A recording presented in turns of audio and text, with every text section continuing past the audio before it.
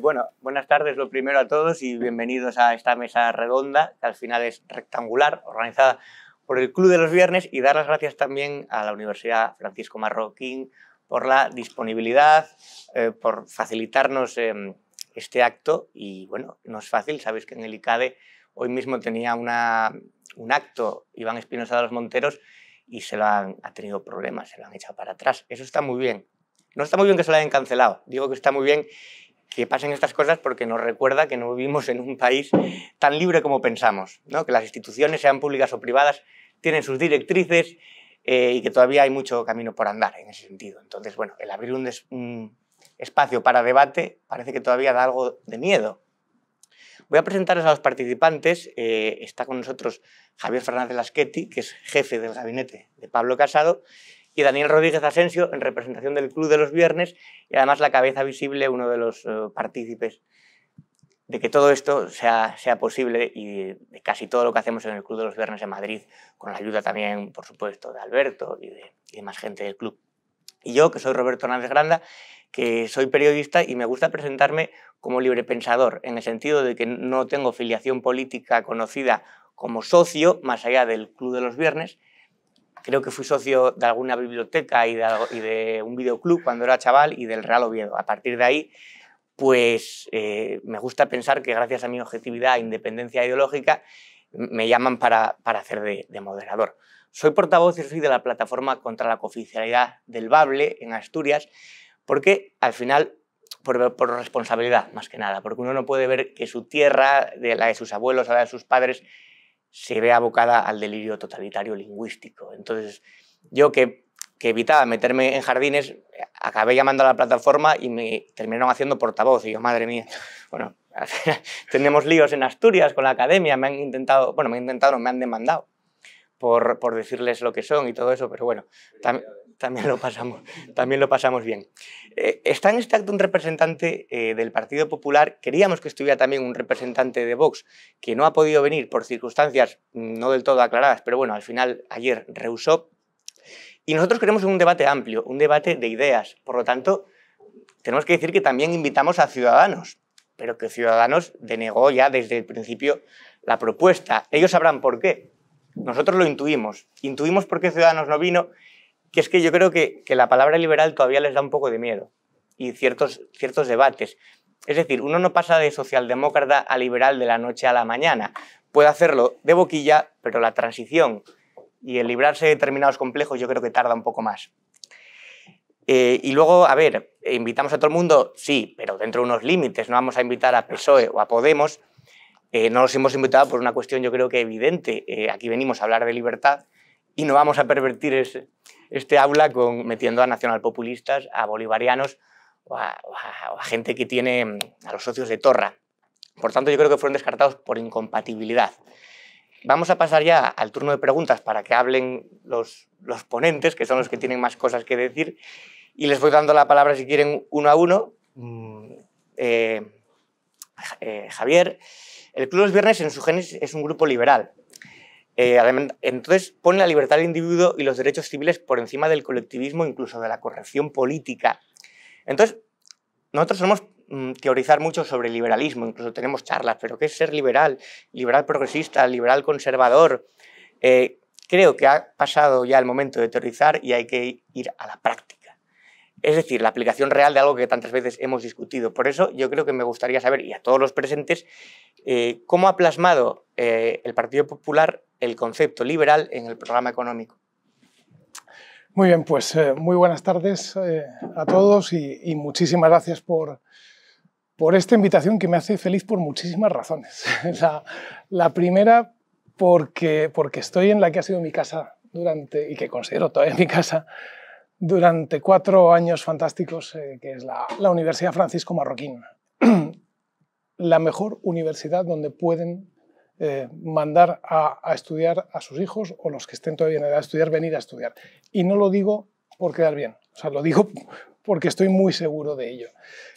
Es una universidad excelente en su enseñanza, pero es una universidad que además está comprometida con una misión fue su fundador, Manuel Ayau, y los que la continúan, y en este momento el rector Gabriel Calzada y todo ese grupo, que es una misión que es la enseñanza y difusión de los principios éticos, jurídicos y económicos de una sociedad de personas libres y responsables. Y a mí eso me ha hecho aprender mucho en los 4 años que he estado en la Universidad Francisco Marroquín, y por tanto me siento muy, muy alegre de estar hoy justo aquí. Y además hacerlo en el Club de los Viernes.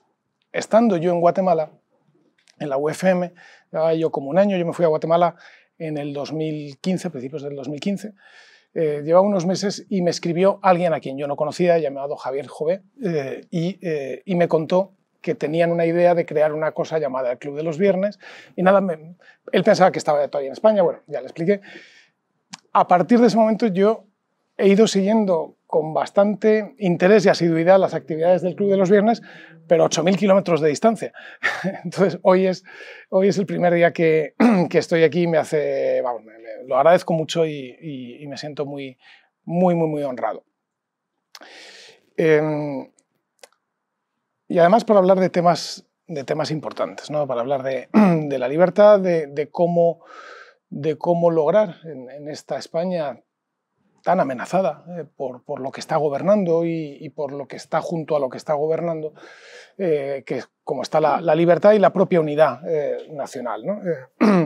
Yo lo que siento y lamento de verdad es que no haya venido la otra persona que había comprometido su asistencia, que es el representante de Vox. La verdad es que no conozco los motivos, pero lo lamento mucho, ¿no?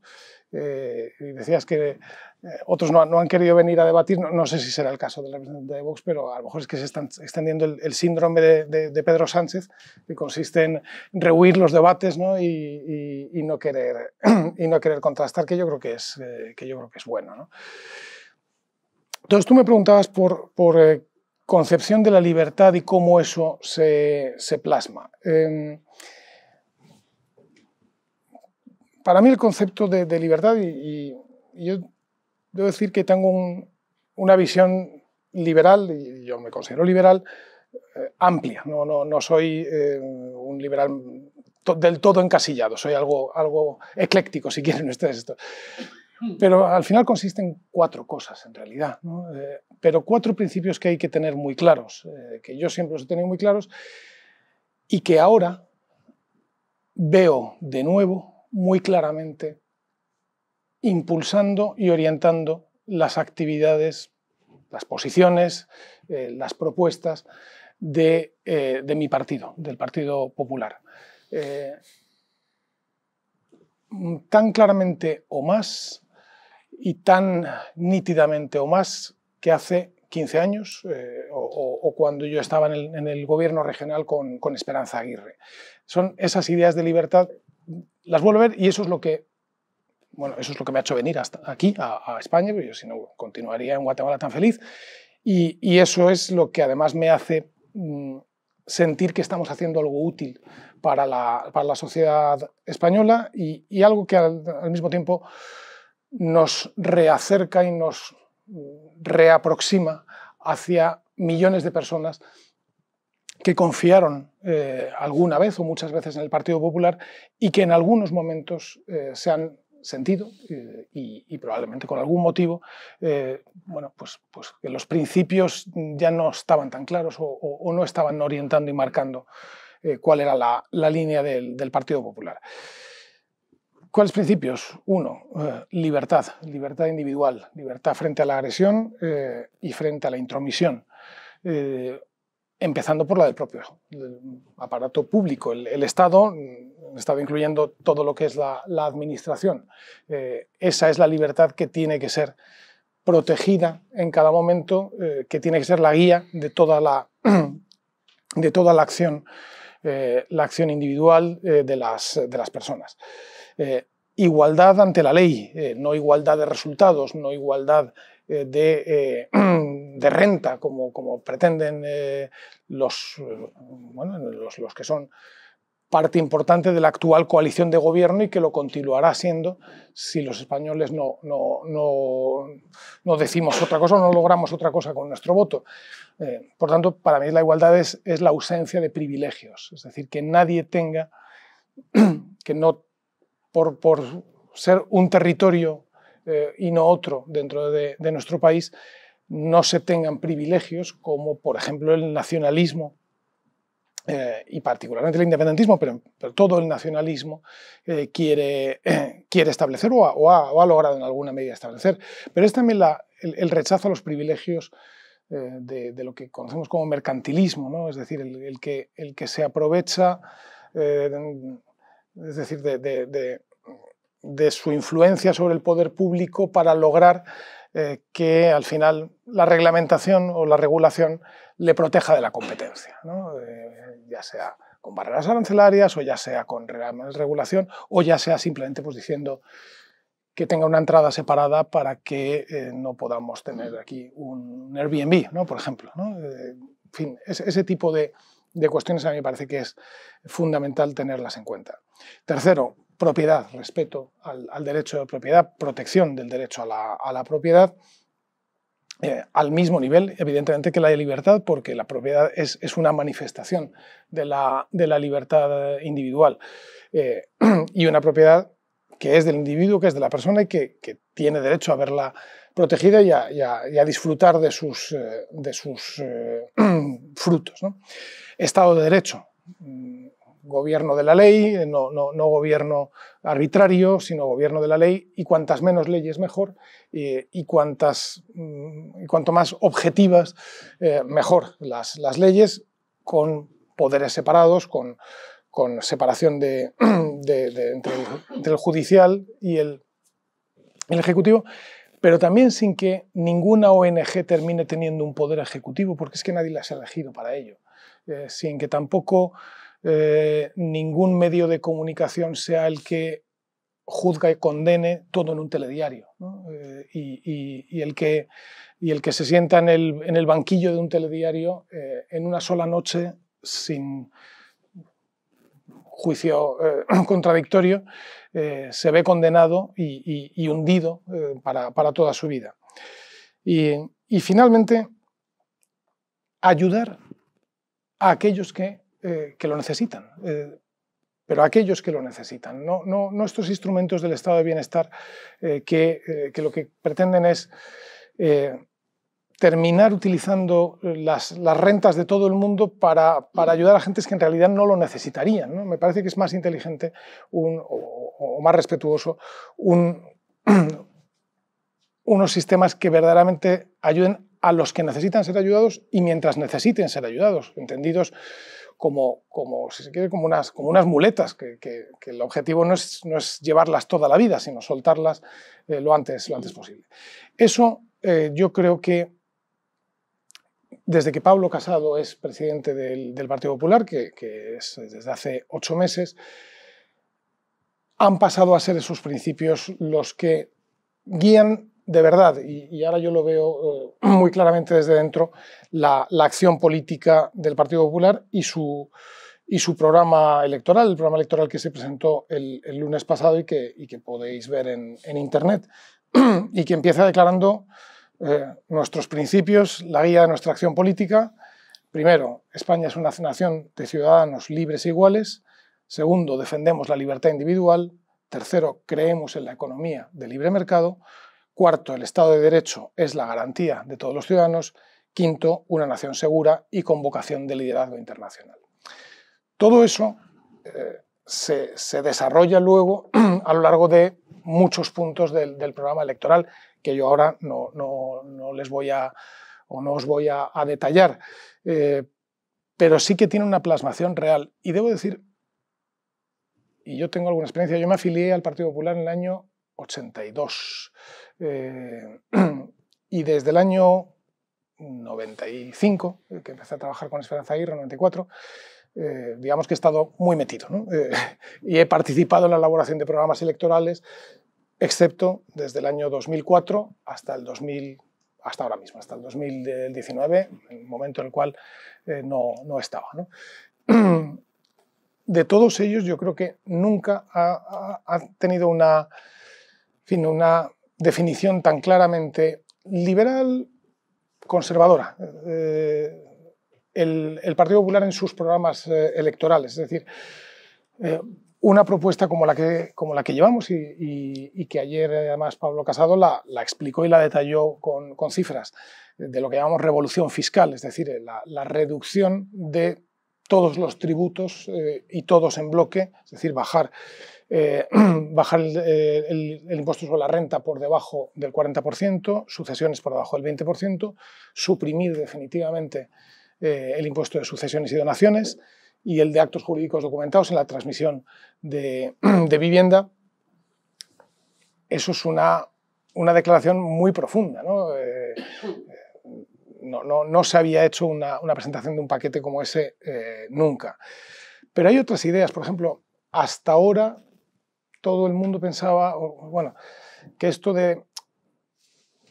Andaba siempre la cosa de ¿mencionamos los planes de pensiones o no mencionamos los planes de pensiones? A ver si van a decir que es que no creemos en el sistema público de pensiones. Bueno, vamos a ver, con independencia de lo que usted crea o no.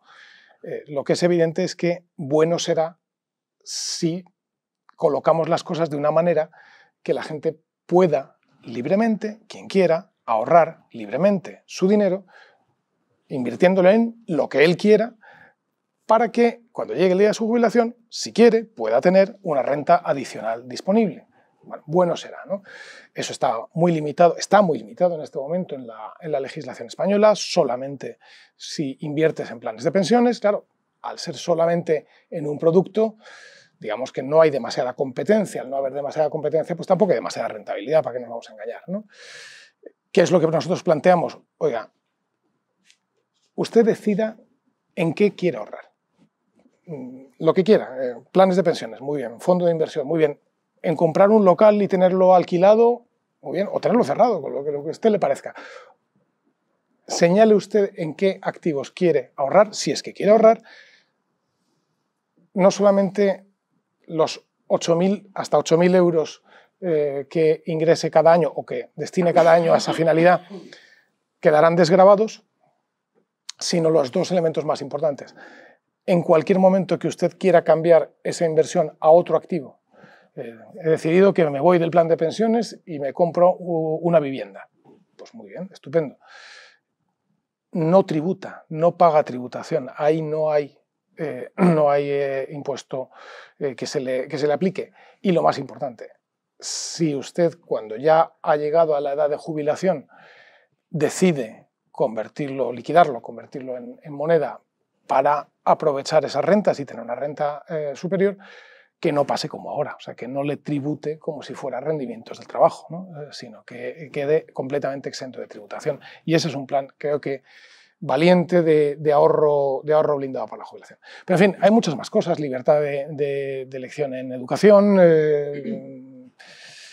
un compromiso muy claro con la libertad de Cuba, de Venezuela y de Nicaragua, en fin, varias cosas. Sí, sí, no, Perdón que me he extendido. No pasa nada. A Daniel no le voy a preguntar por su programa electoral, ¿sí? Pero sí que por su concepto de liberal.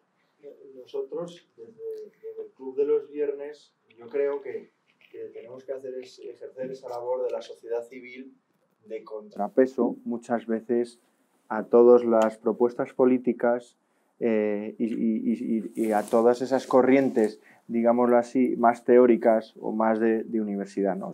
Creo que somos ese eslabón intermedio.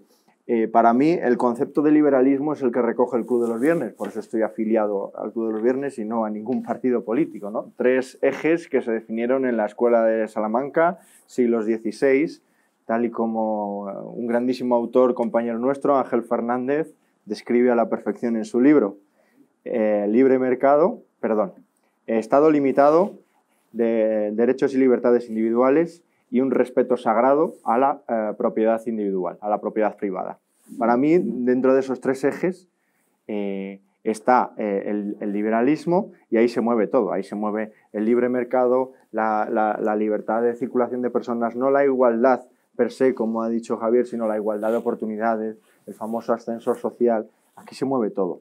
Entonces, claro, definirse en un contexto tan amplio es difícil. y sin embargo creo que estamos en un momento histórico en este país clave en el que hay que definirse y hay que tomar cartas. Por eso creo que organizaciones como la nuestra son fundamentales y un paso adelante como el que dio Pablo Casado hace unos años es fundamental, y un paso adelante como es el surgimiento de Vox en este país es fundamental, porque podemos decir de Vox cosas buenas, cosas malas, mejor, peor, pero sin Vox el señor Pablo Casado no estaría probablemente en su puesto, porque yo creo que desde mi punto de vista ha sido un efecto reacción clarísimo del PP, y sin Vox pues habría muchos debates muy necesarios en favor de la libertad que no estarían abiertos a día de hoy.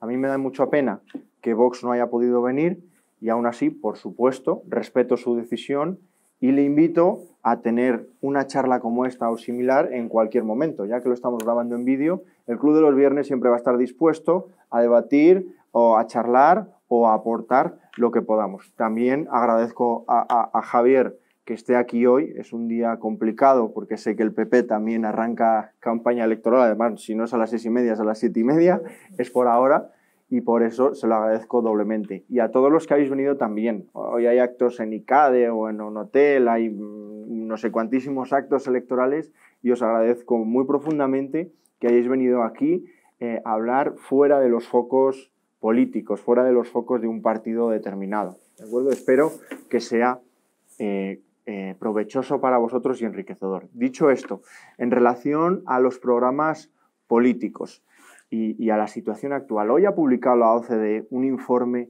gravísimo. Bueno, ha publicado dos cosas. Uno es un informe en el que habla del estrujamiento de la clase media y de lo que a mí me gusta llamar brecha intergeneracional, que dice principalmente que en la anterior generación, el famoso baby boom, el 80% de los jóvenes, cuando tenían edades entre los 18 y los 30, no me acuerdo si los 18 o los 16, me da igual, muy jóvenes y los 30 años estaban ya en clase media, podían acceder a una vivienda y podían, digamos, desarrollar un nivel de vida medio, y sin embargo ese porcentaje se ha desplomado al 60% para la generación millennial. ¿Por qué? Por supuesto que las condiciones de vida han mejorado, por supuesto que tenemos mejores accesos a servicios públicos y por supuesto muchas cosas. Pero debido a sistemas excesivamente intervencionistas y a medidas que se creen que la economía se puede disfrutar o sea, hasta el límite, hasta el infinito, pues hay muchos jóvenes, bueno, yo por lo menos, y mi entorno, un entorno muy amplio, por cierto, que no pueden acceder a una vivienda, que tienen que destinar el 60% de la renta familiar para alquilar una vivienda en regiones como Madrid o Barcelona, que están fritos a impuestos, porque ya no es que suban el IRPF, el IVA y un larguísimo etcétera, ¿no? Es que además se inventan impuestos de todos los colores, ahora son verdes, pero el día de mañana van a ser rojos por sacarles la sangre o algo parecido, no se engañen, se inventan impuestos de todos los colores para mantener estados de bienestar que pues cercenan la capacidad de prosperar y la capacidad de que precisamente esa clase media resurja. Entonces, para mí estas elecciones son fundamentales, son importantísimas, porque no nos estamos enfrentando ni a PP, ni a Vox, ni a más o menos conservador, ni las armas, ni el SMI, ni las pensiones. No nos estamos enfrentando a eso, nos enfrentamos a fuerzas políticas que lo que quieren de este país es llevarnos a una situación como Venezuela o como Argentina. No nos engañemos. Ustedes lean el programa de PSOE y de Podemos. La renta mínima garantizada con un nombre distinto. Unos 800, otros 1.300 con un nombre distinto. Exclusión social por todos los lados. Feminismo, todo lo que tenga que ver intervencionismo les encanta. Nacionalización, que es la receta perfecta para la pobreza. Yo siempre digo lo mismo, ahora que está tan de moda la banca pública alemana, entre 1994 y 2003, recibió 9.000 millones de euros en inyecciones públicas. Esto no es un dato que lo haya dicho yo, lo ha dicho el FMI. Y estamos hablando de una de las mayores épocas de prosperidad de toda nuestra historia económica. Y lo tuvo que recibir la banca pública alemana.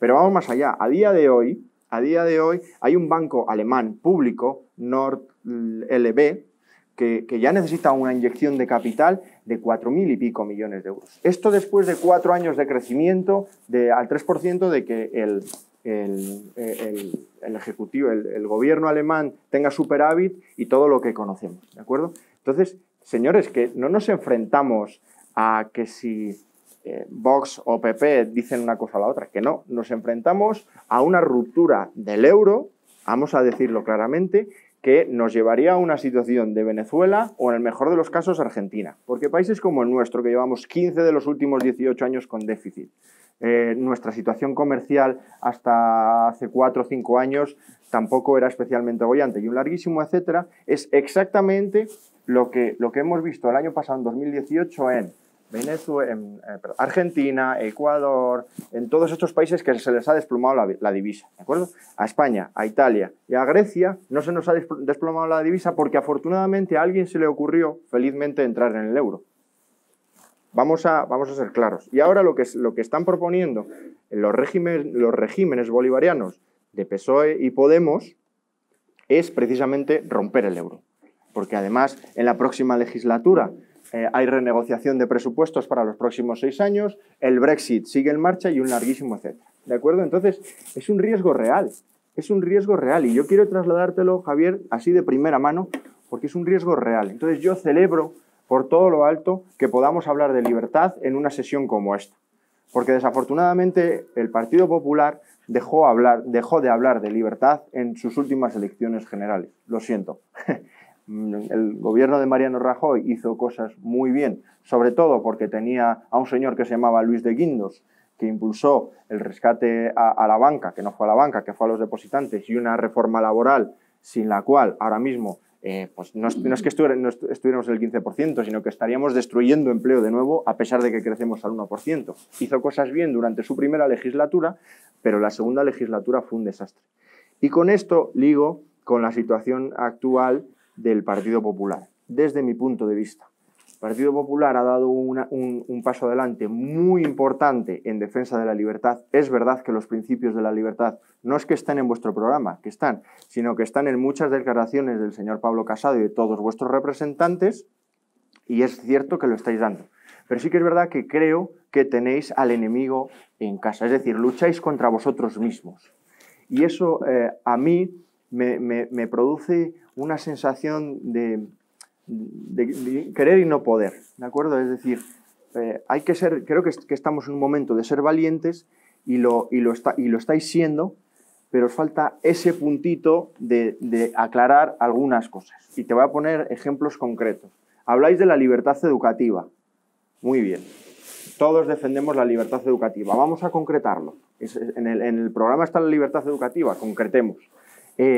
Habláis también pues del sistema de pensiones, todos estos debates que hemos visto hoy en la prensa. A mí me gustaría aprovechar que estamos aquí y que luego va a haber gente viendo el vídeo para pediros que sea un poquito más concreto. ¿Por qué?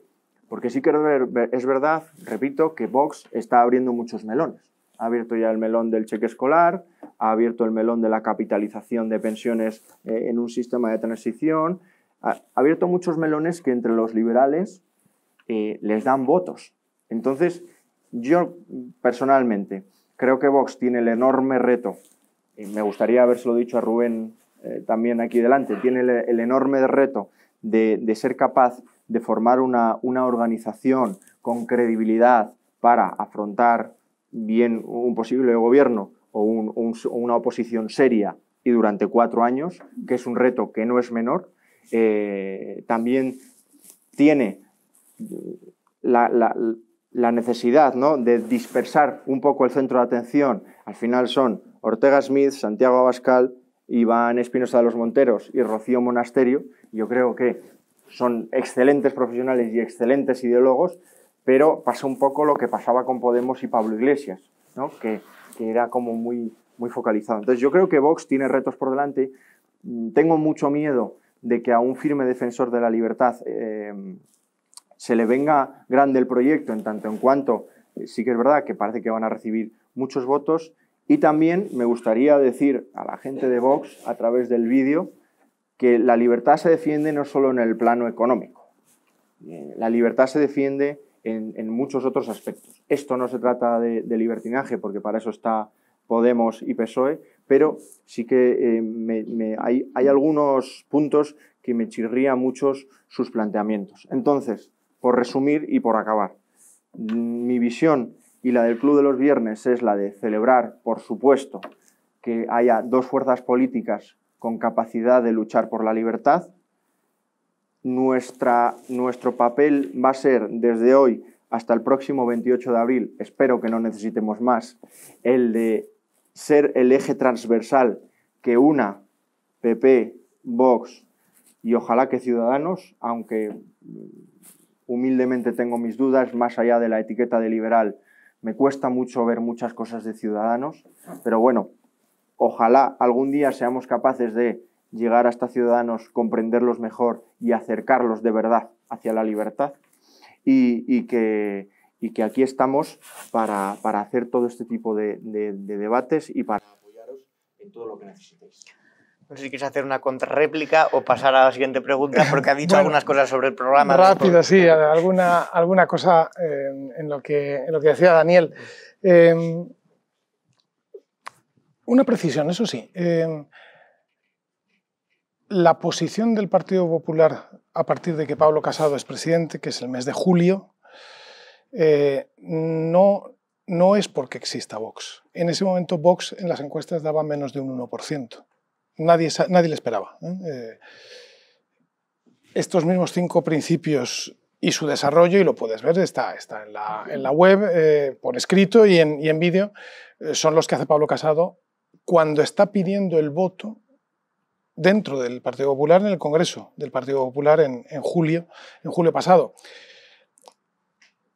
Yo cuando llegué aquí de Guatemala en diciembre, los periodistas me preguntaban, bueno, ¿y tú vienes entonces, digamos, a derechizar el partido para, como reacción ante Vox, porque acaban de ser las elecciones andaluzas y ahí sí había eclosionado Vox, ¿no? Y yo les expliqué, mira, no, si es que el PP ni se va a derechizar ni se está derechizando, lo que está haciendo el PP es volver a sus principios y eso sí, defenderlos con toda la fuerza, con toda la firmeza y con toda la garra y las ganas de ganar y de dar la batalla, que a lo mejor no todo el tiempo han estado presentes, y tú lo decías, ¿no? Pero no es algo que nos pase porque ha aparecido... O sea, a mí esta cosa como de que necesitábamos que viniera alguien a darnos un palmetazo, no, o sea, lo que necesitábamos era cambiar, y hemos cambiado, ¿no? Sencillamente, ¿no? Y luego tú decías... concretar, y sí hay concreciones, sí hay concreciones. O sea, nosotros no tememos, precisamente, tal vez los reproches que se le están haciendo a Pablo Casado en la campaña son de cosas de cuando concreta demasiado, ¿no? Y, por ejemplo, libertad educativa. Vamos a ver, a mí un sistema de cheque escolar, a mí, vamos, no me causaría ningún problema, sino todo lo contrario. Al propio Pablo Casado, que lo ha dicho públicamente muchas veces. Ahora, es cierto que tenemos un sistema en este momento que es el que tenemos. Lo que tenemos que luchar es contra los límites que están en este momento. Cánovas del Castillo decía que la política consistía en hacer en cada momento la parte del ideal que las circunstancias hacen posible. Que uno piensa, pues, que oportunismo, ¿no? O sea, lo que significa es que tienes que tener un ideal, ¿no? Y lo importante es que tengas un ideal. ¿Qué parte del ideal creemos que sí es posible ahora en educación? Que desaparezcan definitivamente las zonas educativas. O sea, que definitivamente el código postal no te marque a qué colegio sí pueden ir tus hijos y a qué colegio no puedes llevar a tus hijos aunque quieras. Cosa que en Madrid, por cierto, ya casi no nos damos cuenta, porque desde que Esperanza Aguirre fue ministra de Educación en el 96, hizo que todo Madrid fuera una única zona. Pero es que en Andalucía, ahora lo van a cambiar, pero es que en Andalucía, o sea, ha llegado a haber peleas vecinales porque la gente dice que se está empadronando en un sitio donde, o sea, delirios derivados del intervencionismo y de esta cosa del Estado ogro que te dice dónde tienes que... Y segunda cosa importante también en educación, no poner barreras como se están poniendo en muchas comunidades autónomas a que pueda haber más colegios concertados. Si la demanda de los padres es llevar a los hijos a colegios concertados, pues lo que hay que hacer es atender a la demanda de los padres, no que los padres se atengan a lo que hay, ¿no? Y dando esos pasos, estoy seguro que llegaremos mucho más cerca del ideal que compartimos. Vamos a... ¿Quieres? Un pequeño detalle. Sí, sí, sí. Yo personalmente también lo creo, y repito, creo que es el buen camino. El mensaje que me gustaría trasladar es que, uno, el enemigo es PSOE para todos. Sin duda, Podemos, sin duda. Sí, PSOE Podemos. Y dos, me gustaría decirte en directo a la cámara que no tengáis miedo. Que no tenemos los defensores de la libertad no tenemos que tener miedo, porque eso es precisamente lo que quiere PSOE, que cada vez que decís el sistema de pensiones A o el sistema de pensiones B, os van a atacar, porque es lo que quieren, que no digáis ni A ni B, porque saben que es donde está la debilidad. Nosotros muchas veces creo que nos encontramos con dificultades para explicarle a alguien supuestamente de izquierdas, decirle, oye, la incompatibilidad que implica o la contradicción de ir de la mano o sentir simpatía por partidos o movimientos que apelan a la identidad para justificar desigualdades. Decía Félix Ovejero que hay una izquierda en deriva reaccionaria. Yo creo que es una anomalía moral, incluso un enigma político, cómo la desigualdad fiscal y la desigualdad territorial se está vendiendo como algo progresista. Incluso el aura romántica que tienen grupos etnicistas y supremacistas como Bildu. Hay gente que todavía lo ve como una especie de guerreros revolucionarios por su patria y todo eso. Lo más complicado es hacer entender que recortar una parte de tu país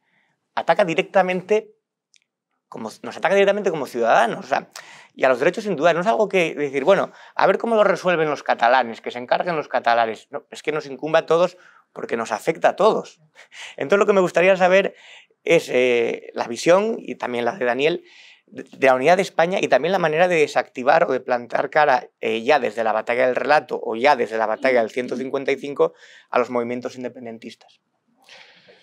Pues hoy es un buen día para hablar de ello porque hoy no sé si lo habéis visto, pero ha habido una de esas escenas que yo creo que se queda mucho en la retina. Con Cayetana. Con Cayetana Álvarez de Toledo. Y Alejandro, muy bien, efectivamente. Y precisamente Cayetana, antes de que felizmente aceptara volverse a la política, precisamente había escrito y hablado en la última Montpellier Society, ¿te acuerdas? Muy bien sobre hacia dónde conduce las políticas basadas en la identidad que tú estabas mencionando. Ya sea la identidad feminista convertida en una estrategia de agresión o la identidad de raza, como está pasando en los Estados Unidos y se está viendo que genera conflictos y que genera agresión, y en España es el nacionalismo identitario, y es ese nacionalismo que hoy es capaz de, en fin, a una persona que tiene aspecto de cualquier cosa, pero no precisamente de ser un peso pesado de boxeo como es Cayetana Álvarez de Toledo, son capaces de abalanzarse encima de ella con la intención de pegarle, ¿no? ¿Por qué? Por una exaltación de la identidad que siempre, por encima de cualquier otra cosa, es liberticida. O sea, la exaltación de toda identidad es siempre contra el individuo, es siempre contra la persona y es contra la libertad individual. Y al final de todo siempre hay una identidad que se coloca por encima de las personas y alguien que aparece para representar esa identidad y para mandar en el lugar de las personas, ¿no? Que puede ser Pujol lo fue muchos años o ahora es Puigdemont o Torra, ¿no? Bueno, ese desafío es el que tenemos encima de la mesa, y ese es junto con la amenaza de una crisis económica que pueda venir desencadenada por un Zapatero bis como es Pedro Sánchez, es de verdad la amenaza independentista, la amenaza del nacionalismo identitario, la que tenemos delante, y además la que tenemos delante combativa, o sea, porque se están dando cuenta o han llegado a la conclusión de que ahora pueden conseguirlo, ¿no? Y por eso ayer dice Torra que si piden nuestros votos tendrán que darnos la autodeterminación. O el día que convocó elecciones Pedro Sánchez, el Sartadi dijo: la vez anterior ya vimos el error de pagar por adelantado, ahora pagaremos, no, de pagar y aplazar el cobro. Ahora exigiremos el pago al contado. O sea, si Sánchez tiene suficientes escaños, no lo dudéis que va a pactar preferentemente con los independentistas, incluyendo, como lo dijo el otro día, con Bildu, ¿no? Hasta el extremo de que sale un Arnaldo Otegi en televisión vanagloriándose. A vanagloriarse, que es una cosa increíble, de que últimamente no paran de llamarme, ¿no? Sí. Es una cosa absolutamente intolerable. Y eso significa indultos, y eso significa lo que está... Ojo, ahora mismo hay un documento que sigue colgado en la web de la Moncloa, que se llama Declaración de Pedralbes, cuya lectura es una cosa tremenda, ¿no? Esto de Declaración de Pedralbes está en la página web de la Moncloa, y aquí habla de bases para el diálogo. Se establece un doble foro de diálogo, mesa de partidos, por supuesto, con el relator, con el mediador, es decir, todo eso continúa y ni una sola vez se ha apeado de ello Sánchez. Por supuesto, ni digo Podemos, que también. Entonces, ahora, desde luego, para nosotros, para el Partido Popular, yo creo que para todos los españoles, es el principal desafío. ¿Qué respuestas tenemos ante ello? Creo que sí hemos hecho un esfuerzo importante de desplegar una sucesión de medidas o una sucesión de propuestas que están en nuestro programa electoral y que de verdad van a atacar al fondo de la cuestión. Menciono algunas, no quiero abundar en ellas. Por ejemplo, reformar la ley de indulto para que no puedan ser objeto de indulto los condenados por rebelión o por sedición, es evidente. Pero también reformar la ley de partidos para que no puedan recibir financiación o hacer algo que tienen todos los países que tienen más de una lengua cooficial en distintos territorios, que es una ley de la lengua. En España se ha dado la absurda situación de que a la lengua española, al castellano, lo que le ha quedado es lo que no han ocupado las lenguas autonómicas en cada una de sus. A pesar de que la doctrina del Tribunal Constitucional lo dice bien claro, que debería haber una ley de la lengua, y la hemos planteado, y esa ley de la lengua es donde tiene que aparecer muy claramente que uno no puede ser sancionado si no lo recibe en la lengua española, que el conocimiento de una lengua distinta del español no puede ser considerado nunca un requisito para optar a una función pública, si se quiere como mérito, bien, y que tiene que haber el español o el castellano como lengua vehicular en toda España. Y además, también como lengua vehicular, las otras lenguas cooficiales, si en cada uno de esos territorios así se acuerda, pero además, no en lugar de. Junto a eso, como digo, ha habido y tenemos ideas que creemos que son importantes. Creemos que hay que reformar la ley de fuerzas y cuerpos de seguridad del Estado para que no haga falta llegar a una situación de abierta rebelión como la del 1 de octubre para que la policía y la Guardia Civil puedan tomar el control de fuerzas y cuerpos de seguridad, de las dos que hay, de los Mossos de Escuadra y de la Ertzaintza. Eso creemos que se puede hacer. Nada de todo eso implica reforma constitucional de ningún tipo. Lo que hay que reformar es muchas cosas y la Constitución no la toquemos ahora, que en fin, lo más probable es que si nos ponemos a tocar la Constitución salte todo por los aires, ¿no? Y por supuesto, ahí está la opción que hemos dicho que la utilizaremos desde luego cuando sea necesaria, que es la opción del artículo 155 de la Constitución.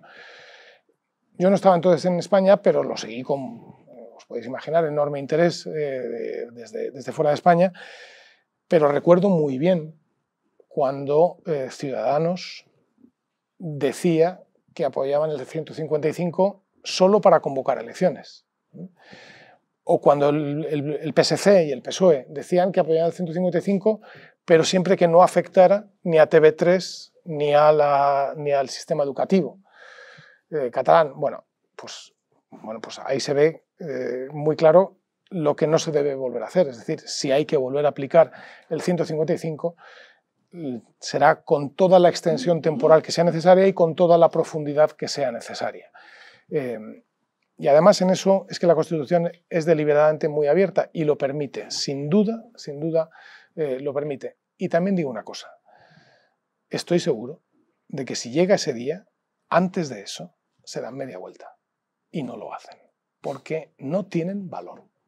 No tienen valor. Y yo estaba hablando con alguna de las personas, concretamente con una de las personas directamente implicadas en la aplicación in situ del artículo 155 en Barcelona el día, cuando fue, 30 de octubre o 1 de noviembre, ¿no? cuando entra en vigor, y no te cuenta ninguna historia de resistencia, ni siquiera de resistencia pasiva, ni siquiera de mala educación, no. Llegaron todos los funcionarios y se pusieron a la orden inmediatamente. ¿Por qué? Porque la gente, si ve que estás determinado y que estás decidido, pues oye, la república no existe, idiota, ¿no? Entonces es muy evidente, ¿no? Entonces, falta de determinación. Exactamente. Y esa es la que tienen que ver ahora y para eso es fundamental el voto del día 28, claro. Daniel, no sé si quieres decir tú. Sí, para mí el tema catalán tiene dos vertientes muy claras. Uno es la intervencionista, la socialista, esa necesidad que tiene el intervencionista de generar colectivos para debilitarlos e incidir sobre ellos y pensar que les van a salvar. Lo hicieron con la clase obrera. Todos sabemos qué ocurrió. Ahora la clase obrera está totalmente abandonada. Y lo están intentando hacer por sexos, que al final no hay mayor colectivo que los hombres y mujeres, un 50% de la población colectivizada. Pero también lo están intentando hacer de forma geográfica. Aznar, en su último libro, cuenta muy bien, con mucho acierto, yo creo, cómo el Partido Socialista rompe los consensos constitucionalistas y, a partir de ahí, el proceso independentista se desemboca, ¿no? Porque yo conozco a mucha gente, no, esto es culpa de Aznar, las cesiones que hizo a las comunidades autónomas y todas estas cosas fenomenales. Esto es como el que dice, no, la burbuja inmobiliaria también es culpa de Aznar o de Zapatero, de que vamos a ver. Antes que una burbuja estalle hay un mercado sostenible en crecimiento, etcétera, y la burbuja se crea por desequilibrios posteriores, y antes que el conflicto catalán estalle, hay una serie de necesidades de la ciudadanía que hay que resolver. Y resulta que el socialismo lo ha resuelto colectivizando y haciendo un llamamiento al idioma, a la historia y un larguísimo etcétera. Entonces ahí hay un primer problema. El segundo problema es de sistema, desde mi punto de vista. Y para esto voy a recurrir a un ejemplo. A mí me gusta mucho leer novela histórica, porque aprendo mucho de economía. Yo soy economista y aprendo mucho de economía leyendo novela histórica. En la última novela que leí, que es de un autor francés, no voy a decir el nombre, pero os aseguro que no tiene ninguna pinta de liberal, se llama Constantinopla. Y en él, un emperador romano, que le llamaban el usurpador, ya con el nombre ya lo decimos todo, lo dice todo, ¿no? Está ante el pueblo y ante dos representantes del pueblo, y está negociando la cantidad de celemines de trigo que va a recibir el pueblo de Constantinopla, de los pueblos, de las pequeñas ciudadelas que tiene rodeándola, que son, es decir, socialdemocracia pura, ¿no? Trabajan los de al lado para que Constantinopla, es decir, los que están sirviendo al emperador y toda su corte, etcétera, etcétera, reciban un número de celemines por ser ciudadanos de Constantinopla, ¿no? Socialdemocracia pura y dura, ¿no? Pues está negociando y entonces le piden 2 celemines. Y él dice, no, 2 no. Y el libro narra muy bien cómo los negociadores dicen, uff, si vamos al 1,5 nos la jugamos, venga, al 1,5, venga, 1,5. Y de repente el emperador dice, de acuerdo, os concedo 3 celemines. Y le mira al asesor del emperador y dice, ¿cómo puede hacer usted eso si sabe que no tenemos para pagar 3 celemines? El asesor del emperador al emperador dice, me da igual, estos chicos tienen que defender la ciudad de los árabes y de todos los bárbaros y necesitamos que estén aquí pensando que van a recibir 3 celemines. Eso es socialdemocracia en el Imperio Romano. Y eso es una novela histórica que puede leer cualquiera, no hace falta saber de economía. Es una novela histórica, ¿de acuerdo? Y eso pasa también en este país y en Europa. Todo esto de el España nos roba o damos más de lo que recibimos al Estado, es decir, toda esa seña de Cataluña tiene que ver con un sistema que no pone por igual las libertades o con las responsabilidades, si queréis, los derechos con las obligaciones, ¿vale? Eso es una realidad y por eso también el sistema catalán está fallando, desde mi humilde punto de vista. Contra eso, ¿qué se puede hacer? Pues el 155 es una opción. Yo creo que debería ser la última opción.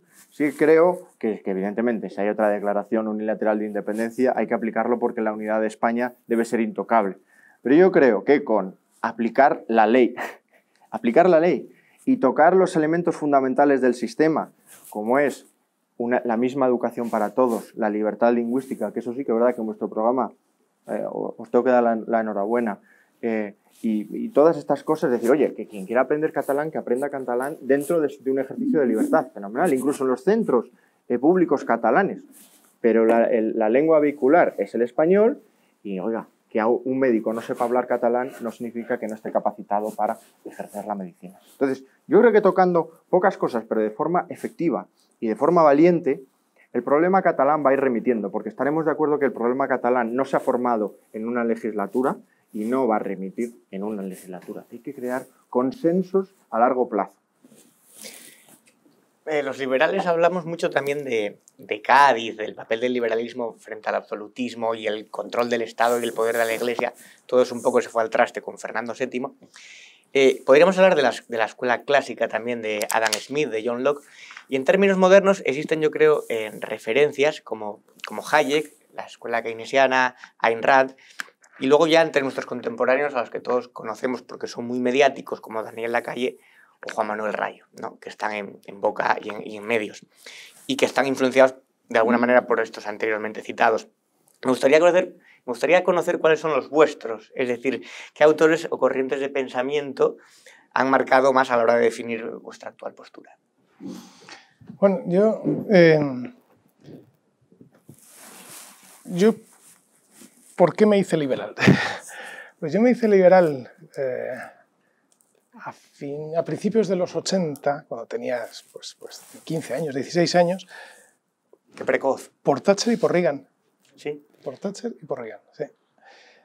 Y ahí tenía también un componente de que estaban plantando cara realmente al bloque soviético, pero luego también a mí me empezó a entusiasmar esas cosas que veía que me parecían tan de sentido común, o sea, no plegarse a una huelga de unos mineros enloquecidos y cosas de estas, ¿no? Para mí, ¿cuáles han sido referentes? Probablemente, como muchos, el primer libro que leí y que me impactó mucho fue Camino de servidumbre, de Hayek. En toda esta trayectoria a mí me ayudó mucho y me orientó mucho Esperanza Aguirre. O sea, Esperanza Aguirre es de las que de verdad se los ha leído a todos y los recomienda a todos y te los compra, y si no te los has leído, y aquí no vuelves, tal, si no te has leído Camino de Servidumbre. Este verano no tienes otra cosa que hacer que leer La acción humana. Bueno, pues, y en efecto, ¿no? Pero no sé, vamos a ver, a mí hay, si quieres, 3 autores y un movimiento contemporáneo que me siento especialmente atraído. Lo primero es el Adam Smith, tanto de La riqueza de las naciones como en la teoría de los sentimientos morales, que explica cómo es bueno para todos que cada uno pueda perseguir su propio interés. Porque es lo mejor para todos. Y dentro de ese interés propio incluye también tratar de que los que viven a su alrededor no lo pasen mal, ¿no? Primero porque no te va a venir bien, y además porque no quieres que eso sea lo que te rodea, o tienes esa simpatía de la que hablaba Adam Smith. Y a mí esa idea me gusta mucho. Diré una cosa muy divertida. Yo creo que a lo mejor una persona de por allí se acuerda.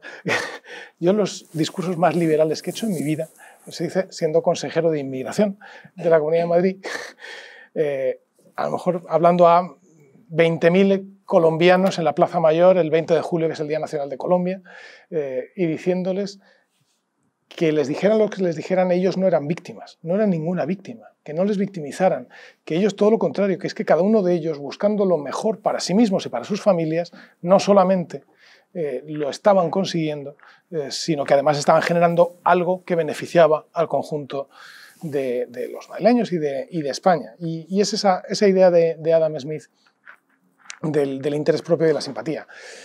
Bastiat y Lalley también para mí son autores, un autor muy de referencia, y esa idea de la ley como protección de la libertad y no de la ley para limitar la libertad. Y claramente Hayek, ¿no? Todo Hayek, pero muy especialmente el Hayek de la humildad, ¿no? Del conocimiento disperso, de la certeza de que no lo sé todo. Y además es que si intento saberlo todo voy a cometer inmensos errores, pero es que además voy a tener que manipular la sociedad de tal manera que la voy a tener que descuajeringar, ¿no?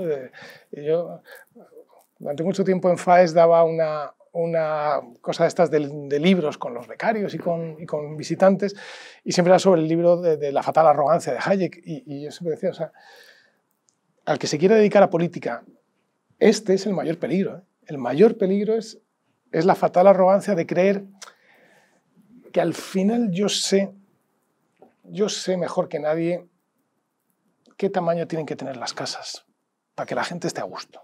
Deja a la gente que construya la casa como él quiera, ¿no? Sin invadir. Ser un Pablo Iglesias.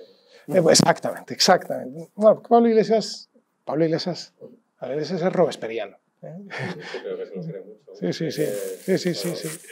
Y luego a mí me está interesando muchísimo, y os animo a prestarle mucha atención, seguro que muchos lo hacéis, a todo el movimiento que hay ahora de liberales, que además algunos de ellos proceden de la izquierda, que son Steven Pinker, Johan Norberg, Marian Tupy, este sueco que se murió, el pobre, no me acuerdo, no me sale ahora mismo el nombre,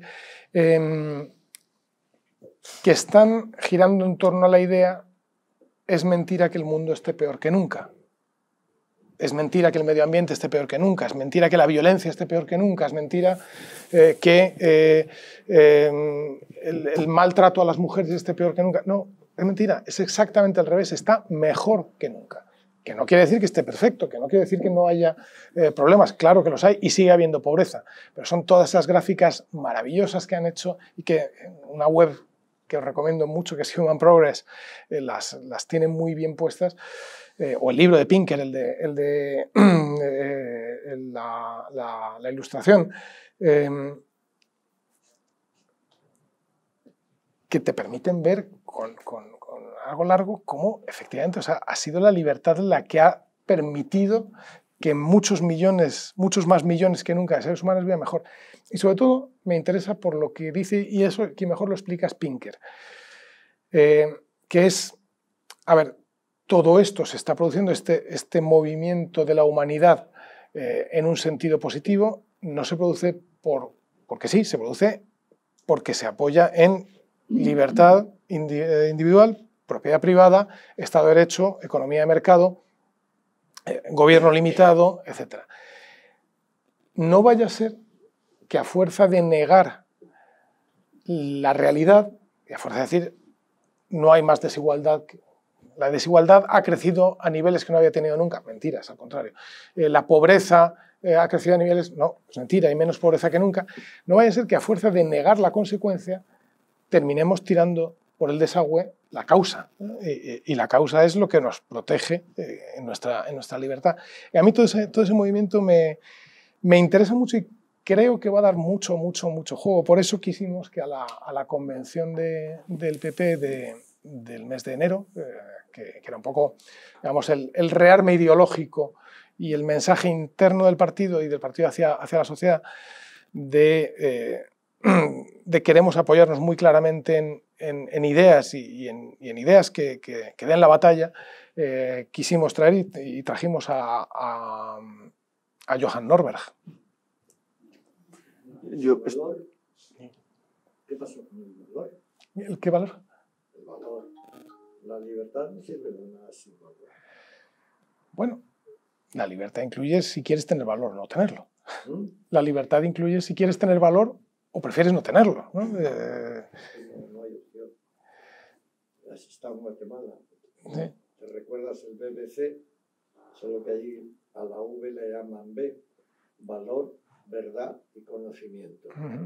No, para mí el valor es algo muy necesario y muy necesario particularmente en la política o en la confrontación de ideas o en la batalla cultural en este momento. Así que vamos, que estamos de acuerdo. Con respecto al valor... Es que cuando hablabais, por ejemplo, de los cuerpos del Estado y todo, pues si los mozos dependen del Ministerio del Interior. Eso no es con respecto al valor, yo tengo que lanzar una lanza también a favor de determinados movimientos que, aparte de valor, hay que ser prudentes.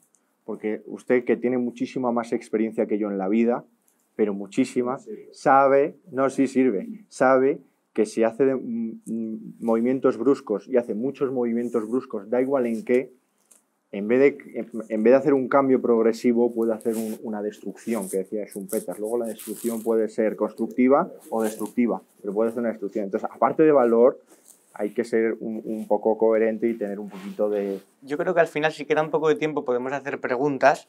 Venga, sí, voy a contestar vale, lo de los libros. Y luego ya interactúan ellos muy rápidamente. Yo, aparte de los que ha comentado Javier, que me parecen de obligada lectura, por cierto, a mí me gustaría... Sí que me gustaría hacer un pequeño apunte con respecto a Norberg y a todos estos últimos autores. Es verdad que vivimos infinitamente mejor que nuestros padres y que nuestros abuelos. Infinitamente, ¿eh? Pero también es verdad que informes como el que he comentado antes muestran que está en riesgo que nuestros hijos y nuestros nietos vivan mejor que nosotros. Con esto no quiero decir que vayan a vivir peor, digo que está en riesgo. ¿Y por qué lo digo? Porque hay una amenaza a la libertad muy seria en el mundo desarrollado, muy importante. Vivimos mejor, para que todos nos entendamos, porque en los años 80 en este país no hubo ningún gobierno, ni ningún político, ni nadie con capacidad de influir en la gente que le dijera a mi abuelo o a cualquiera de ustedes, a los padres de cualquiera de ustedes, que los tractores ni la maquinaria agrícola les iba a quitar el trabajo y que era malo para ellos. Nadie. No había nadie.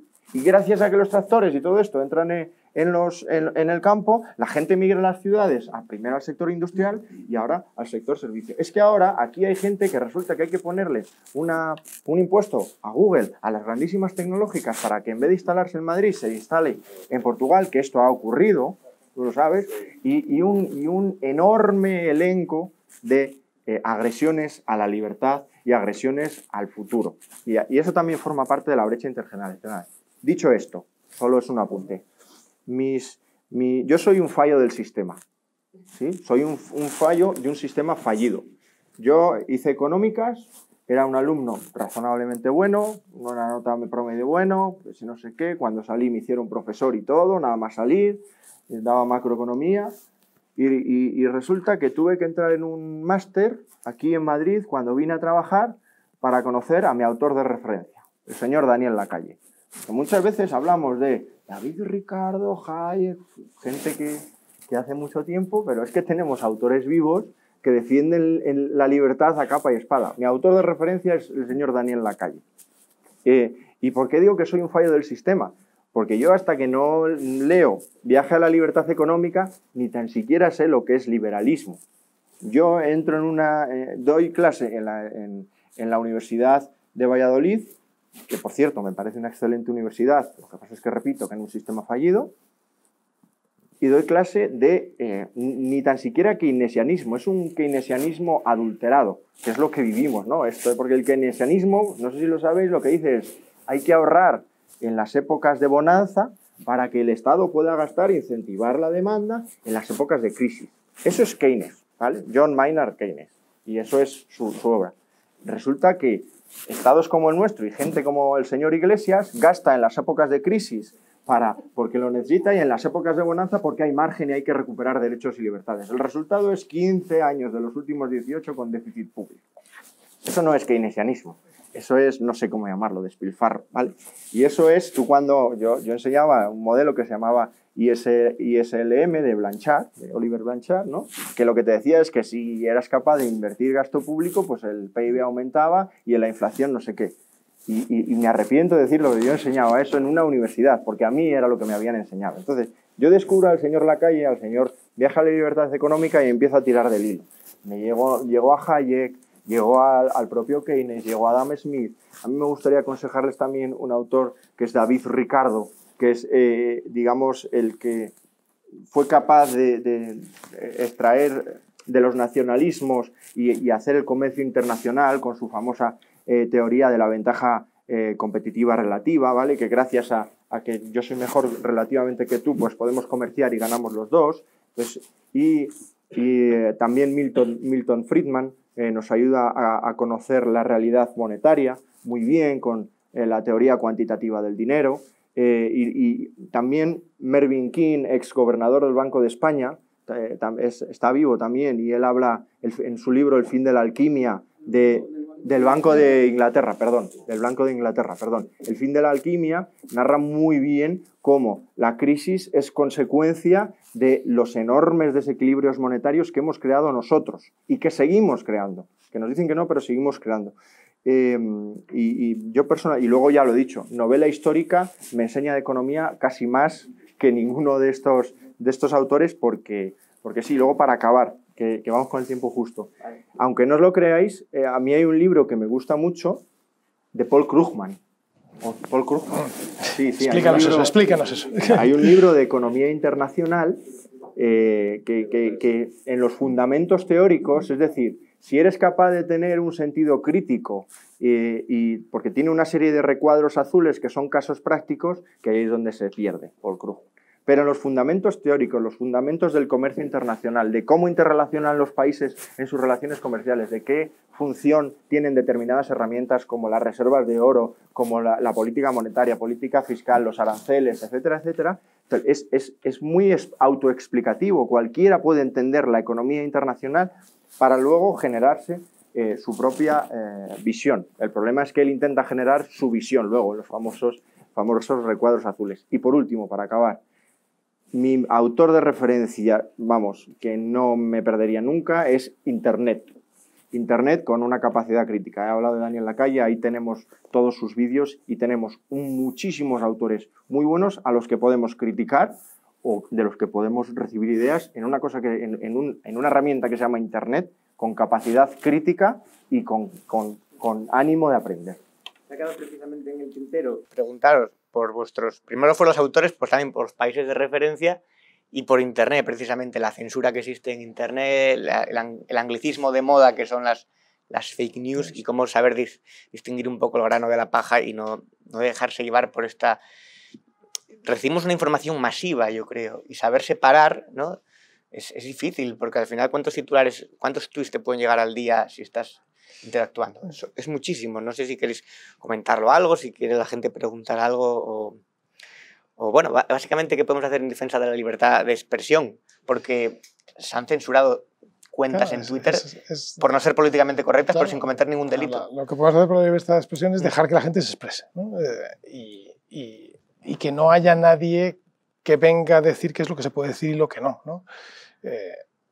Oye, quien cometa un delito es otra cosa, ¿no? Es decir, si a mí me acusan de cometer un delito, entonces quien está cometiendo un delito es la otra persona, ¿no? Pero todo lo que se hace a la vista del público y en las redes sociales, etcétera, puede ser más o menos desquiciante o enloquecedor, pero cada uno tiene que ser libre de poder decir allí y de poder expresar lo que tenga por conveniente. Yo en eso creo, yo creo que lo vamos a ver empeorar, me temo, porque en Estados Unidos ya ha empeorado mucho. Una involución en la libertad. Mucho. O sea, no, por ejemplo, en los campus universitarios. O sea, yo creo que en España no todo el mundo es consciente. Yo en la UFM en Guatemala estaba muy en contacto con universidades norteamericanas y con profesores y de verdad que es que ahora mismo en los campus norteamericanos ya hay un problema serio de la cantidad de cosas que es que literalmente no se pueden decir, porque son los trigger warnings y los safe spaces, y entonces no puedo mencionar la palabra X por si alguien piensa que eso es una agresión contra su identidad racial o su identidad sexual o su identidad de la naturaleza que sea, ¿no? Hay quien habla, y con razón, del derecho a molestar. O sea, existe un derecho a molestar. Yo puedo tener el derecho de molestar a alguien. Ojo, tengo que aceptar a cambio la servidumbre de que me molesten a mí, ¿no? Pero si intentamos, o si se sigue por este camino, de crear espacios seguros en los que no haya ninguna molestia, lo que no va a haber es nada más que una especie de vacío. Un espíritu crítico. Sí, sin espíritu crítico, por supuesto. Y luego también pienso una infantilización de la sociedad. Claro. Sí, mi visión sobre Internet y sobre la libertad de expresión es bastante clara y ya la he dicho. La izquierda, los intervencionistas, quieren que tengamos miedo a expresarnos. Lo he dicho a nivel de partido. Cuando vosotros decís, me da igual, pensiones A o pensiones B, o quieren que las mujeres tengan miedo cuando digan que es que ella está en su casa y no trabaja porque así lo ha decidido en libertad con su marido dentro de su estructura familiar. Hace poco hemos visto la mujer de Feijóo, de Núñez Feijóo en Galicia, que era una alta empresaria de Zara Home, llevaba todos los temas de marca, decide quedarse en casa cuidando a su hijo y viene todos los progres y le echan encima. Entonces, yo creo que lo que tenemos que hacer para frenar eso es, 1, no tener miedo, 2, tener un sistema educativo capaz de hacerte pensar de forma crítica. Yo tengo 2 hijos muy pequeños y mi hija pequeña está buscando colegio el año pasado y sí que he visto que hay centros en los que claramente te dicen, mira, en Google está toda la información. Yo voy a enseñar aquí a tu hija a que piense de una forma crítica, a que sepa qué es lo que tiene que buscar en Google y qué es lo que tiene que filtrar. Y hay colegios pues, que enseñan por lo que me han enseñado a mí, ¿no? Un libro de textos, etc. Entonces, eso sí que lo he visto. Y por eso es muy importante la libertad educativa. Para mí, Internet es clave, ya lo he dicho. Y es clave también saber que cuando entras a una página web es como cuando estás entrando a un bar a hablar con un amigo. No pasa nada porque tu amigo no esté de acuerdo contigo. Mientras existan unos límites, que en este caso son las leyes, y las leyes se hagan cumplir. La izquierda, ¿qué es lo que hace? Las leyes no se cumplen, aquí tenemos Madrid lleno de manteros, las leyes no se cumplen y luego pretenden decirnos lo que tenemos que hacer. En este caso, las mujeres que si trabajar, que si no sé qué, o, en fin, los ejemplos son diversos. Entonces, yo voto por ser muy valientes, por eso creo que es un momento muy importante, las próximas elecciones son un momento muy importante, porque los próximos 4 años, repito, la crisis, yo soy economista, hago informes y es verdad que hay indicadores que nos permiten decir que podría venir una recesión. Ningún gobierno para la desaceleración, es decir, la desaceleración bien y punto. Si hubiera estado el señor Mariano Rajoy, hubiéramos entrado en desaceleración igual, pero sí que la puede acelerar, que es lo que está haciendo el señor Sánchez, y llevarnos al abismo, o torear, que es lo que está haciendo, ojo, Grecia, China, Estados Unidos, Hungría, con medidas bajada de impuestos, liberalización económica, etc. Entonces, son muy importantes no solo por la posibilidad de recesión, sino porque muchas libertades individuales están seriamente amenazadas. Yo creo que no nos damos cuenta y es que normalizamos muchas cosas, pero hay libertades que están amenazadas. Y acabo con un ejemplo. Hace 15 años, yo todavía ni conducía, pero era un chaval y tenía cierto... Me gustaban los coches, ¿no? Entonces yo iba con mi padre y me fijaba mucho en el coche, ¿no? Y había un problema en las ciudades para aparcar los coches y de contaminación. Seguro que todos ustedes lo conocen. Solución, zona azul y zona verde. Es decir, pagar por un servicio que es aparcar tu vehículo que ya has pagado anteriormente, porque aquí todo el mundo pagamos y pagamos todo tipo de impuestos, entre otras cosas, para hacer calles y que yo pueda ir por la calle y comprar mi coche. Pues resulta que la zona azul y la zona verde ya todos la hemos normalizado, estamos tributando por dos y ahora vienen con los impuestos verdes. Los azules, repito, que mañana serán rojos. Los famosos impuestos verdes, que si el coche tiene que ser diésel... Entonces, el arremeter contra la libertad es que lo estamos normalizando y eso es muy importante. Es muy importante frenarlo y es muy importante decirlo, porque no podemos permitirnos el lujo de normalizarlo. Porque arremeter contra la libertad, repito, por donde he empezado, es que el euro está en entredicho y si el euro está en entredicho, no se engañen, España es muy vulnerable. Muy vulnerable. Pero no porque el euro nos haya hecho daño, nos hemos hecho daño nosotros mismos, con políticas irresponsables y pues prácticamente durante los últimos años. Vamos a pasar al turno de preguntas de la audiencia que tan pacientemente y educadamente han estado escuchando y aprovechar que está aquí Javier Fernández Lasqueti para preguntarle lo que quieras. ¿Tú eres zurdo? Sí. Pues tú eres de derecha. Yo soy de derecha, sí. De toda la vida.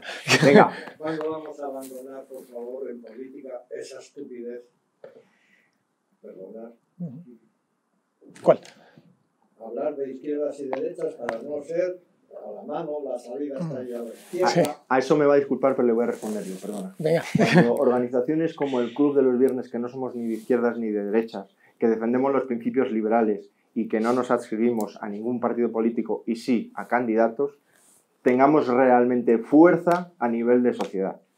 ¿Y eso cómo se hace? Eso no depende del señor que está aquí sentado, ni de Pablo Casado, ni de Santiago Abascal, ni de Pablo Iglesias, ni de absolutamente nadie, ni de Draghi en el BCE. Depende de usted, de todos los que estamos aquí, que nos permitan hacer lo que queremos hacer, si es que están de acuerdo con lo que queremos hacer. Pero pensar que alguien nos va a solucionar los problemas y que va a acabar con el derecha e izquierda, desde mi humilde punto de vista, es creer en los cuentos de Yupi.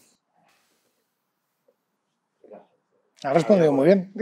Bueno, ella. Yo quería hacer un comentario acerca de lo que comentabais sobre el exceso de regulación, ¿no? en materia comercial o en cualquier materia. Yo he oído esta mañana una noticia, yo no oigo mucho la radio, intento evitarlos, no me ha quedado más remedio, acerca de un señor al que van a juzgar por, supuestamente, él lo ha confesado así, haber ayudado a morir a su mujer con esclerosis múltiple.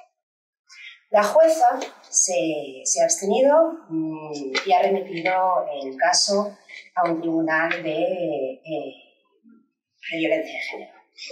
Porque parece ser que cualquier caso de violencia que se efectúe dentro del entorno matrimonial o familiar contra una mujer se considera violencia de género.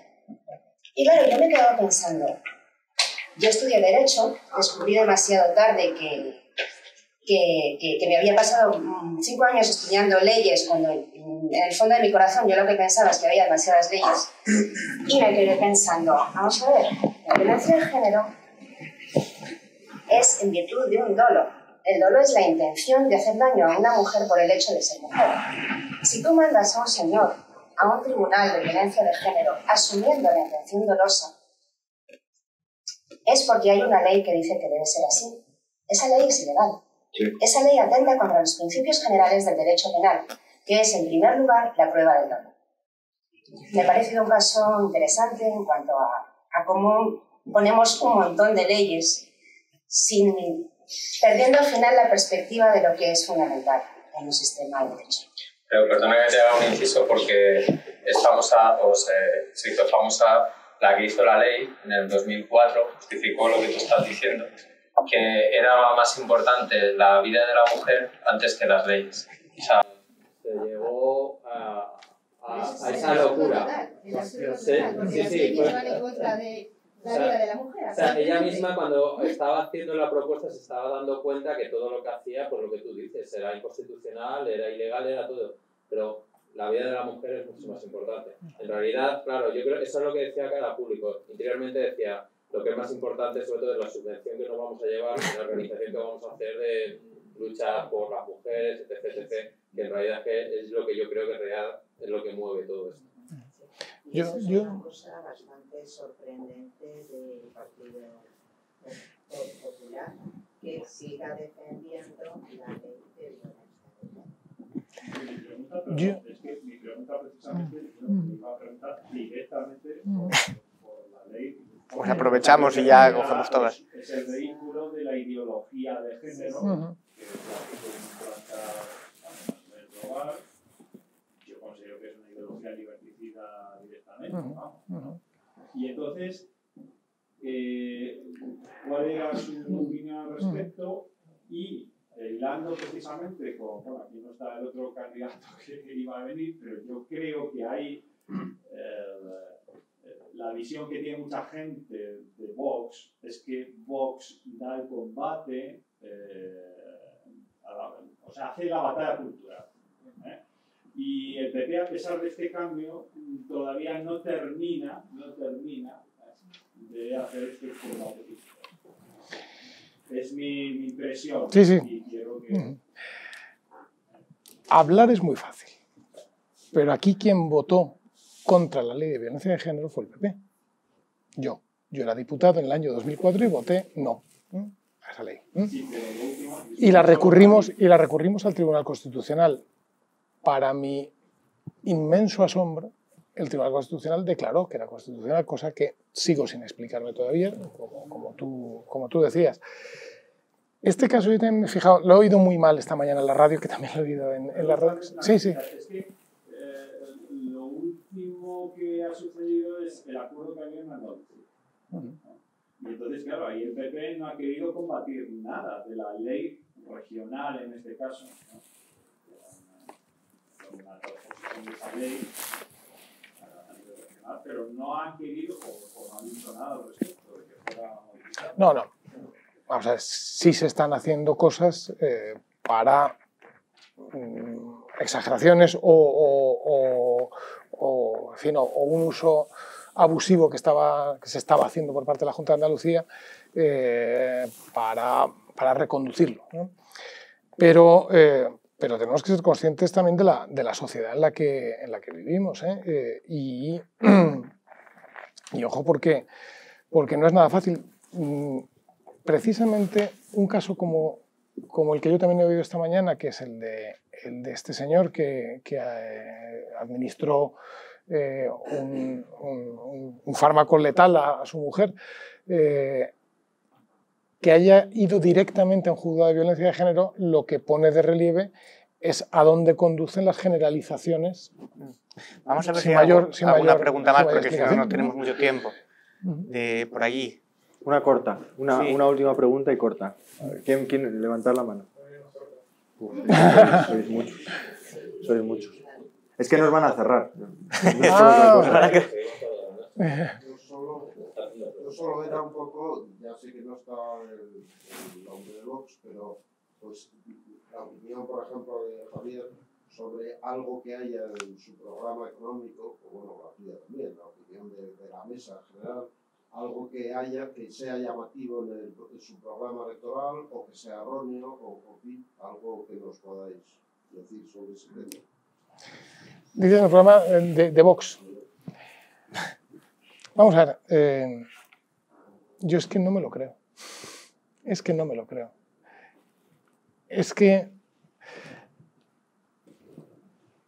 me creo que vayan a defender esa política aparentemente liberal. Porque la única vez que tuvieron la oportunidad de hacerlo, no lo hicieron. En el mes de enero se plantan 10.000 taxistas en el Paseo de la Castellana. Y sale Iván Espinosa de los Monteros a decir lo que hay que hacer es liberalizar por completo taxis y VTCs.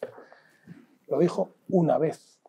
Los taxistas siguen allí durante 15 días. Oye, eso políticamente, especialmente para el partido que está gobernando en la Comunidad de Madrid, pues hombre, es de las situaciones, en fin, que es de conflicto. A ver, no, oye, mantuvimos la batalla, la dimos, la batalla cultural, o sea, explicamos las ventajas de la libre competencia, por qué para los madrileños y los que nos visitan es mucho mejor que haya distintas opciones.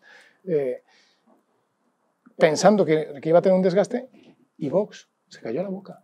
No volvió a hablar. No, que se cayó la boca, que es que no volvió a hablar. No. Sí, pero que es que eso hay que decirlo todos los días. Excepto que uno tenga un miedo atroz a definirse, que es exactamente lo que le pasa a Vox, lo mismo que le pasó a Ciudadanos, y le va a pasar lo mismo. Y si no al tiempo. Sé que me estoy adelantando. Sé que me estoy adelantando.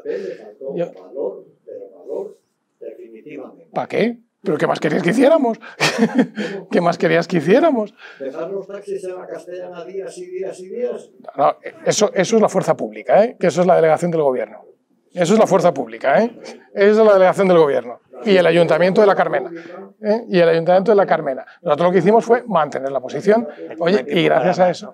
Entonces yo lo que digo, vamos a ver, tenemos que ser conscientes que es que lo que nos estamos jugando el día 28 es muy serio. Es que como continúe Sánchez junto con los Oteguis, los Puigdemont, etcétera, es que va a ser mucho peor que el Sánchez actual, porque el actual tiene 80 diputados. Como se vea reforzado, va a ser muchísimo peor. Y si queremos mantener una España unida, tenemos que votar unidos, porque si no va a ser mucho más complicado. Por acabar, ¿vale? Que es que nos tenemos que ir. Yo no estoy hablando de voto del miedo. Si nos cierran, no hay cena. Las propuestas. ¿Vox no ha hecho público un programa electoral? Bueno, pues ha sido hoy por la tarde, porque yo lo he buscado esta mañana y no estaba. Por acabar, mi opinión sobre el programa de Vox. Para mí, el programa de Vox es uno de los mejores programas económicos que se han hecho en este país. Yo he criticado a Vox porque le faltaba programa económico, he leído hoy su programa y además tengo la suerte de conocer a gente que ha hecho ese programa y les he dado la enhorabuena personalmente, porque es uno de los mejores. Pero lo que más me gusta de ese programa,